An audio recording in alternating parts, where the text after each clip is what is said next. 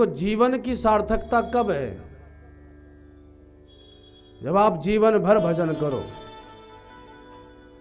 और किसी ने जीवन में भजन ही नहीं किया हो तब तो बोले मरते हुए नाम ले ले। जीवन में नाम न ले सके तो मरते हुए तो नाम ले ले। जीवन में भजन न किया हो तो मरते हुए तो भजन कर ले। भगवती सती ने यही किया। जीवन में तो राम कथा सुनी नहीं, पर जब मरण समय आया, योगाग्नि प्रकट करी, तो भगवान नारायण का ध्यान करके यही वरदान मांगा। सती मरत हरि सन बरु मांगा। सती मरत हरि सन बरु मांगा। सती मरत हरि सन बरु मांगा। सती मरत हरि सन बर मांगा। जन्म जन्म शिव पद अनुरागा। जन्म जन्म शिव पद अनुरागा। जन्म जन्म शिव पद अनुरागा। जन्म जन्म शिव पद अनुरागा। हे प्रभु नारायण, मैं आपको स्मरण कर रही हूँ। अगर मुझे गति और मति आप देना चाहें तो यही गति मति दें कि अब जो जन्म हो उसमें मेरी परम प्रीति, प्रगाढ़ प्रीति महादेव के चरणारविंदों में हो। मुझे वो पति रूप में मिले। हम मरते हुए की प्रार्थना भगवान भी सुनते हैं। जीवन भर मांगते रहो, भगवान सुने ना सुने इसमें संशय है, पर मरते हुए की तो भगवान भी सुनते हैं। अरे भगवान को छोड़ो, जब फांसी पर लटकाया जाता है ना किसी कैदी को, तो जल्लाद कहता है अंतिम इच्छा बता दे क्या चाहता है। तो जब वो पूछ रहा है तो क्या महाकाल यमराज नहीं पूछेंगे बता तेरी क्या इच्छा है? तो अंत समय है, पर जो मांगोगे वो मिलेगा। कारण क्योंकि जीवन भर हम विषयों में अनुरक्त होकर के घूम रहे हैं, विषयानुरागी बन करके डोल रहे हैं। पर जब मरण आता है तब कोई विषय चिंतन नहीं होता है, तब तो विषयों से स्वतः विरक्ति हो जाती है। उस समय बुद्धि शुद्ध हो जाती है। अरे मरने को छोड़ो, अभी मणिकर्णिका घाट पे आप चले जाओ, 108 चिताएं जल रही है। अब बताओ उस समय कोई सोचेगा मेरा नाती क्या कर रहा होगा, भोजन किया होगा कि नहीं? उस समय नहीं सोचेगा, क्योंकि पता मेरा नंबर पता नहीं कब आने वाला है, हम भी इसी टोली में शामिल होने वाले। उस समय ज्ञान है, तो जो मर ही रहा हो तो उसका अज्ञान भी तो भागेगा। प्रायः हमने देखा है ग्रामीणांचलों में जो पुराने जमाने की बुढ़िया होती हैं, बूढ़े लोग होते हैं, प्रायः रोते रहते हैं। तो हमने पूछा क्यों रो रहे हैं? बोले बेटा क्या करना, कुछ नहीं किया संसार में।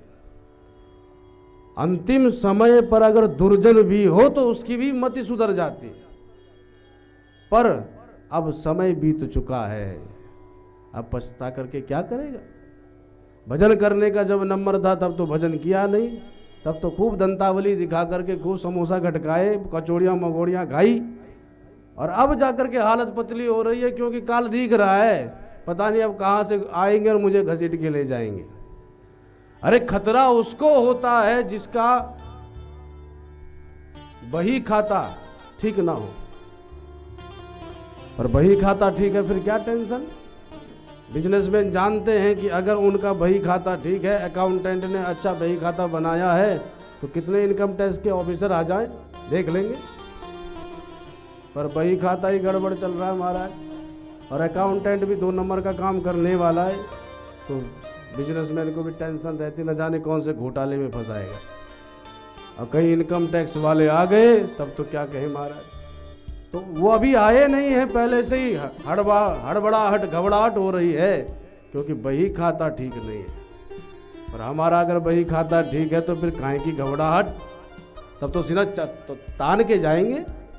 मजाल है यमराज के दूतों की कि हमको हाथ भी लगाएं, पर हम जानते हैं कुछ किया नहीं। इसीलिए जो हमारा मन है ना, ये सब जानता है।